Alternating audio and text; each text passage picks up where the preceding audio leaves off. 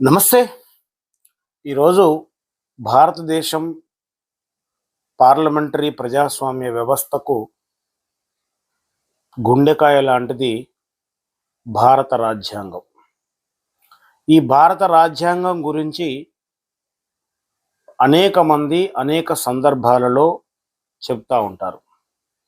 భారత రాజ్యాంగమే ఈ దేశానికి నిర్దేశం చేసేటటువంటి ఒక దిక్సూచి.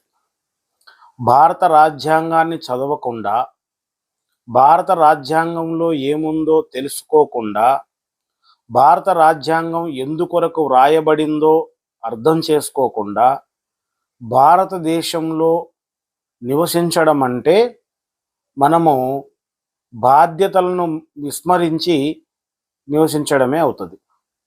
కాబట్టి ఈ దేశంలో పుట్టినటువంటి ప్రతి పౌరుడు, చదువుకున్నటువంటి ప్రతి వ్యక్తి భారత రాజ్యాంగాన్ని చదవాల్సినటువంటి అవసరం ఉన్నది. భారత రాజ్యాంగాన్ని చదవకుండా, భారత రాజ్యాంగం గురించి తెలుసుకోకుండా, భారత రాజ్యాంగాన్ని అవగాహన చేసుకోకుండా భారత రాజ్యాంగం గురించి అనేక మంది అనేక విధాలుగా వక్ర భాష్యాలు చెబుతూ ఉంటారు. భారత రాజ్యాంగం గురించి నోటికొచ్చినట్టుగా చిలువలు పలువలుగా వ్యాఖ్యానిస్తూ ఉంటారు. భారత రాజ్యాంగం అంటే కొంతమంది తమకు అవసరం లేదన్నట్టుగా భావిస్తూ ఉంటారు. భారత రాజ్యాంగాన్ని దూషించిన వారు ఉన్నారు. భారత రాజ్యాంగాన్ని వద్దు, తీసివేయాలి అనేటటువంటి వ్యక్తులు కూడా ఉన్నారు.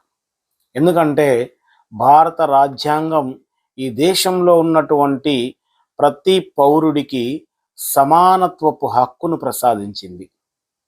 అందరు మనుషులు సమానంగా జీవించాలని చెప్పింది భారత రాజ్యాంగం.